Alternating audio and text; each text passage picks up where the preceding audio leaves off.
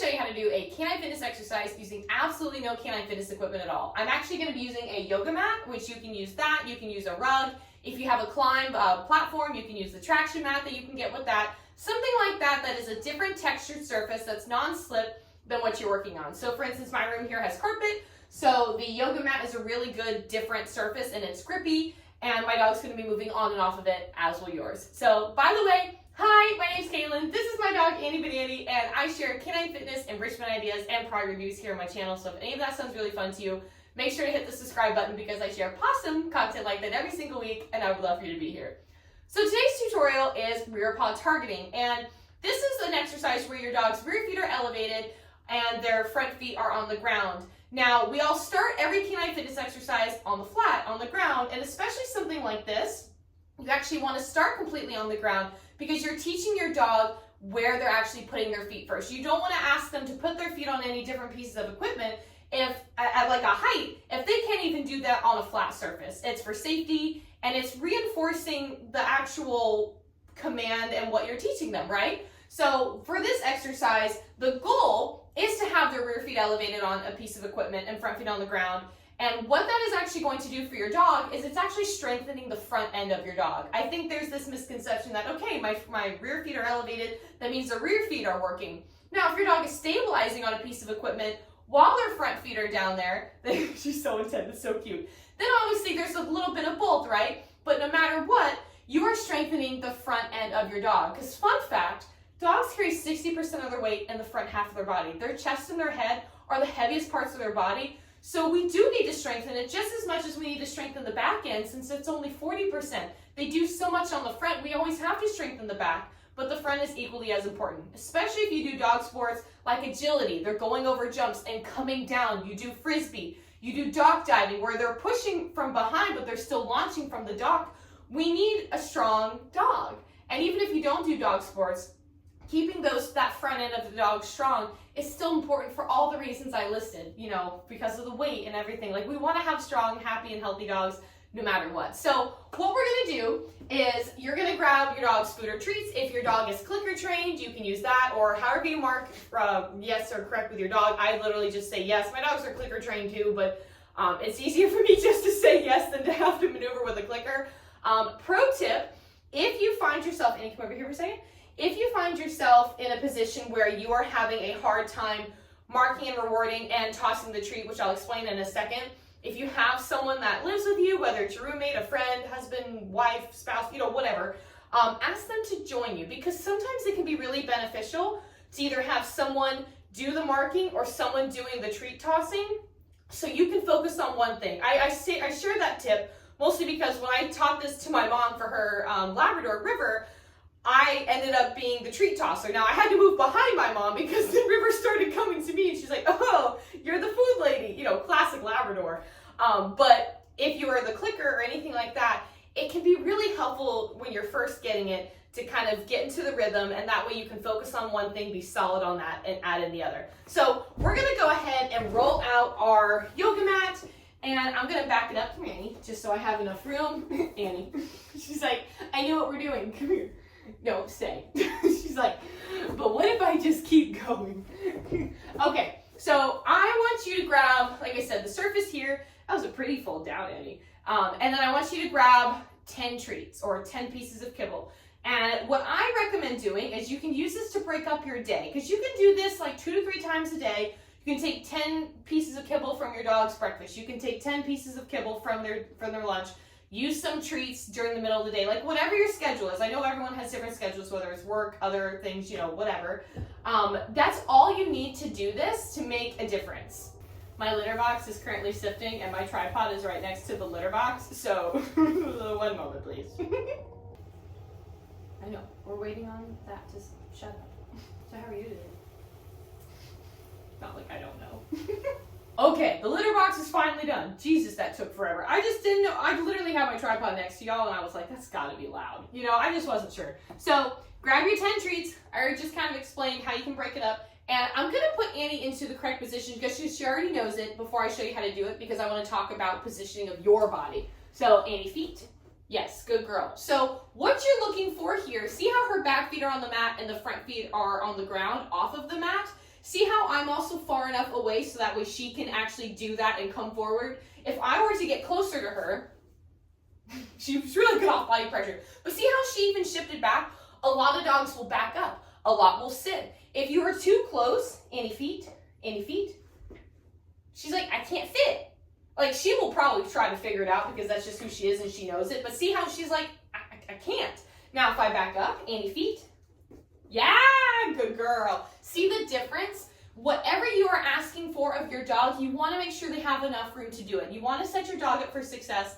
Otherwise, they're not going to understand and you're going to get frustrated. They're going to get frustrated and you're going to feel like you're kind of arguing with each other. You know what I mean? So what you're going to do is ask your dog something they know first. I'm going to do a nose touch. Any touch? Good girl. You're going to toss the treat directly behind the mat. And now as soon as the first foot, yes, comes and touches that mat, the first back foot touches that mat, you're going to mark yes and toss the treat directly behind. So that way your dog always has to, yes, come back towards you. Now she already knows this, yes, but I want you guys to see, yes. I'm also trying to make sure she comes up enough, yes. And you're going to do that 10 times. Any feet? Feet. You have it. Yeah, good girl. You're going to do that 10 times, and that's it. And then do something else. Whether you're going to go teach your dog another trick, you're going to take them outside. That's what they do before they get the rest of their meal. You know what I mean? That's it. You will do that repeatedly as they start to understand. You'll then be able to add in a verbal cue. So I use feet because my contact point in agility with Annie is feet. I actually started using that when I taught rear paw targeting because I was like, well, it makes sense. For my contact point preference is she has her back feet on the edge of the A-frame or walk-it or whatever, and her front feet are on the ground. So it makes perfect sense to me to use her rear paw targeting cue because it's consistent. You know what I mean? So once you start to get that, any feet? Yes, you can add a verbal cue. Any feet? Yes. Good girl. Any feet? Yes. Good girl. And from here, to really kind of start to solidify your rear paw targeting, and this, I want to make a huge note here. This takes time. This was actually the hardest thing for this dog to learn. And this dog, if you go on my channel and look at any other videos I have on here, I can't get her to stop putting her back feet on anything. Like, I really can't touch. Yes, good girl. Like, when I put out all my equipment on the ground, she is on top of it all. And I'm like, I'm just trying to set it up. And she's like, where do you want me? So it takes time. I want you to have a ton of patience with your dog because this is something dogs have no idea where their back feet are. They really don't. This is a process. But I promise you, when you see that light bulb go off, it's so cool. Like, it's so cool. So as you start to progress and your dog really starts to understand, there's a couple next steps that you can do besides the obvious of putting their feet on different types of equipment. Before you even get to that, you can start testing your cue to see how well your dog really knows it. So for instance, I'm going to toss it to the side. Any feet? See how she laterally stepped? Now granted, she's going to come really close to the camera because of this. Any feet? And I'm not going to go over there because of it's in the wall. But do you see how she steps side to side? Toss it left, toss it right. Feet? Yes. And if your dog can get to it, any feet? Yes. No matter where you throw it, that is a really good indication that your dog knows it. What you can also do is start working on a smaller surface. So I'm going to grab this right here, for instance. This is, I've shared this before, sorry, Benetti. This is the Canine Fit Mat from FitPaws. This is something I use all the time. Any off for a second? Good girl. All the time in many different exercises for additional feet awareness, additional traction surface. You know, I use it for many different things. But here, I'm going to show you how you can really fine-tune. Any feet? Yeah, good girl. See how that's such a more tiny surface? But like she knows what it is. Oh, I'm sorry, Annie. Here, go get your cookie. It went in the bathroom. Sometimes I toss them under the door. I'm sorry, sweetie. But she promised she will not focus on you again until you get that cookie. Any feet? Yeah, good girl. I was trying not to do it again, but then I threw it in her face. Any feet? Yeah, good girl. Here will be a good way for you to see the lateral step. Any feet? You see that? That's what we're looking for. So that can be another next step where you can do a smaller surface for your dog to work on. And then if you want to start teaching your dog on equipment, go slow. Even if that means stacking up, like folding over the yoga mat, making it slightly higher. You don't want to go from the ground to like a climb or the ground to a inflation equipment. Absolutely not. You want to work your dog up there. Usually my rule of thumb, is like a balance pad or a climb kind of to start, or if you're using like an aerobic bench or something like that, something that's low to the ground. Those are kind of the equipment that I start with. And then if you're starting to add in any type of inflation, super low level, I love like a balance disc, or sometimes a very low inflated propel, or even FitPaws. I had this out because I was doing something else with it. This is the new balance ramp from FitPaws, the new design. It is a smaller surface, so your dog, come on behind you, your dog has to know rear paw targeting well, fall down.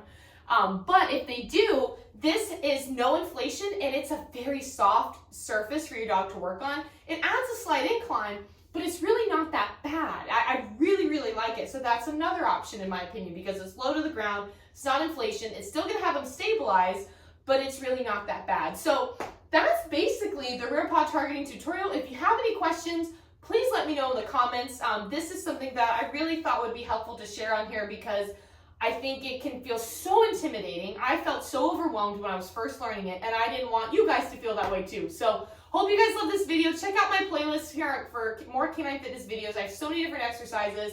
I have my blog post link below. I have different stuff on my blog for different canine fitness exercises and tips. I'll link my other social channels here. I've got so many cool like short form videos on like my Instagram. I partner with like Blue Nine and FitPaws all the time, so you can really see some cool demonstrations and exercise ideas. And then, oh yeah, and I'll also link any of the products here. Like I'll link like the Canine Fit Mat if you want to check it out as well. So hope you guys love this video. Make sure to give it a thumbs up if you enjoyed it. Make sure to subscribe, and we'll see you in the next video. Bye everybody. Good job, Andy. Good girl. Good job, girlie.